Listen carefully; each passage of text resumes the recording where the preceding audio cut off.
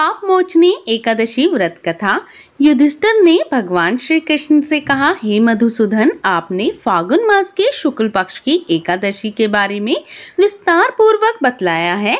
कृपया करके चैत मास के कृष्ण पक्ष में आने वाली एकादशी का नाम क्या है तथा इसकी विधि क्या है, कृपया करके आप मेरी बढ़ती हुई जिज्ञासा को शांत करें।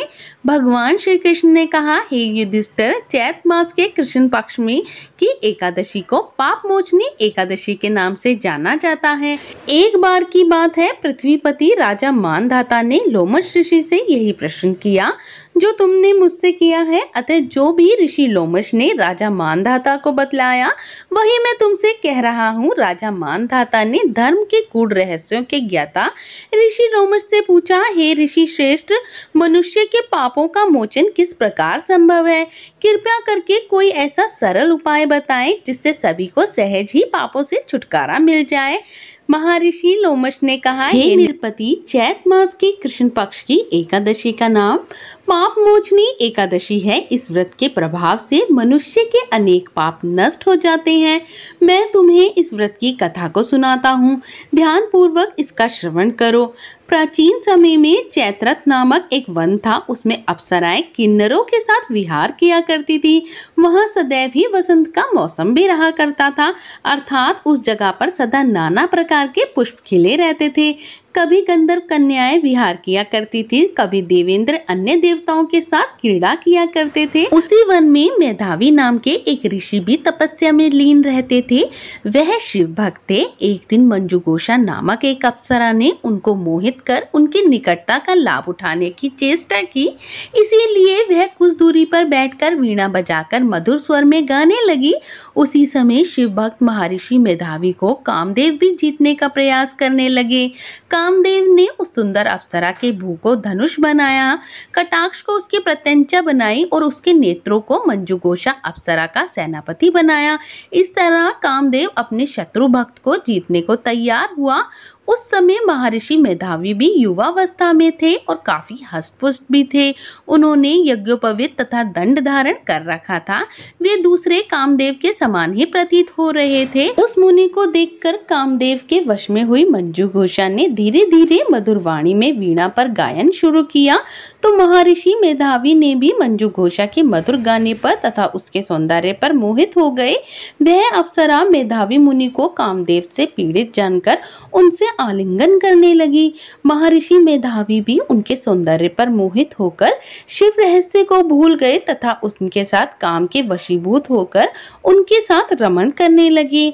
काम के वशीभूत होने के कारण मुनि को उस समय दिन रात कुछ भी ज्ञान न रहा और काफी समय तक रमण करते रहे। तदोपरांत मंजुघोषा उस मुनि से बोली, हे ऋषिवर, अब मुझे बहुत समय हो गया है, अतः स्वर्ग जाने की आज्ञा दीजिए।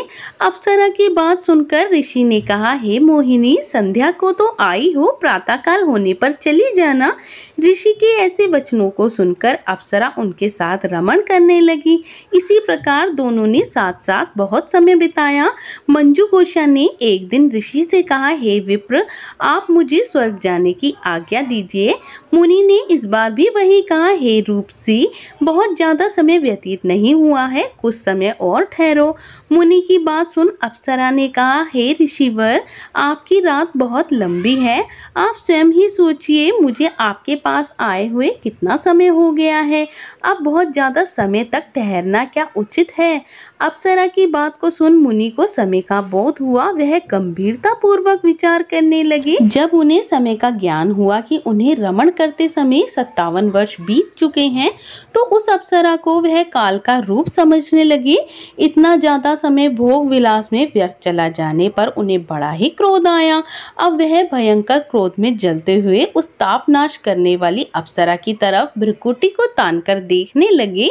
क्रोध से उनके अधर कांपने लगे और इंद्रियां बेकाबू होने लगी। क्रोध से थर्राते हुए स्वर में मुनि ने उस अप्सरा से कहा, मेरे तप को नष्ट करने वाली दुष्टा, तू महापापिन और बहुत ही दुराचारिणी है। तुझ पर धिक्कार है, अब तू मेरे श्राप से पिशाचनी बन जा। मुनि के क्रोधयुक्त श्राप से वह अप्सरा पिशाचनी बन गई।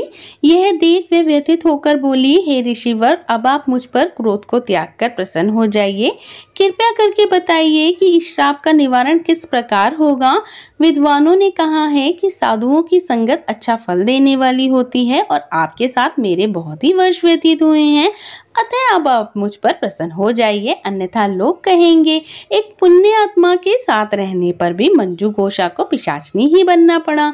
मंजू घोषा की बात को सुनकर मुनि को अपने क्रोध पर अत्यंत ही गिलानी हुई, साथ ही अपनी अपकीर्ति का भी भय हुआ। अतः पिशाचनी बनी मंजू घोषा से मुनि ने कहा कि तूने बड़ा ही बुरा किया है, किंतु फिर भी मैं तुझे इस श्राप से मुक्ति का उपाय बतलाता हूँ।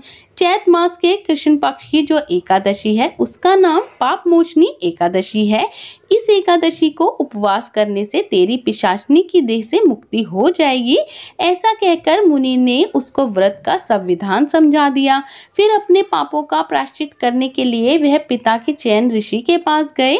च्ययन ऋषि ने अपने पुत्र मेधावी को देखकर कहा, हे पुत्र, ऐसा क्या किया है तूने कि तेरे सभी तप नष्ट हो गए, जिससे तुम्हारा समस्त तेज मलिन हो गया। मेधावी मुनि ने लज्जा से अपना सिर झुकाकर कहा, पिताश्री, मैंने एक अप्सरा से रमण करते समय बहुत ही बड़ा पाप किया है। इसी पाप के कारण संभवतः मेरा सारा तेज और मेरे तप को नष्ट हो गए। कृपया करके आप इस पाप से छूटने का कोई उपाय बतलाइए। ऋषि ने कहा, हे पुत्र, तुम चैत मास के कृष्ण पक्ष की पाप मोचनी एकादशी का विधि तथा भक्ति पूर्वक उपवास करो, इससे तुम्हारे सभी पाप नष्ट हो जाएंगे। अपने पिता च्ययन ऋषि के वचनों को सुनकर मेधावी मुनि ने पाप मोचनी एकादशी का विधि पूर्वक व्रत किया और इसके प्रभाव से उनके सभी पाप नष्ट हो गए। मंजू घोषा अप्सरा भी पाप मोचनी एकादशी का उपवास करने से पिशाचनी की देह से छूट गई और पुनः अपना सुंदर रूप धारण कर स्वर्गलोक को चली गई। लोमश मुनि ने कहा, हे राजन, इस पाप मोचनी एकादशी के प्रभाव से समस्त पाप नष्ट हो जाते हैं। इस एकादशी की कथा के श्रवण व पठन से 1000 गोदान करने का फल प्राप्त होता है। इस उपवास को करने से ब्रह्महत्या करने वाले, स्वर्ण चुराने वाले, मदिरा पान करने वाले और अगमयागमन करने वाले आदि भयंकर पाप भी नष्ट हो जाते हैं और अंत में स्वर्गलोक की प्राप्ति होती है। अतः कथा पूर्ण हुई। इसके पश्चात भगवान को भोग लगाइए और आरती कीजिए।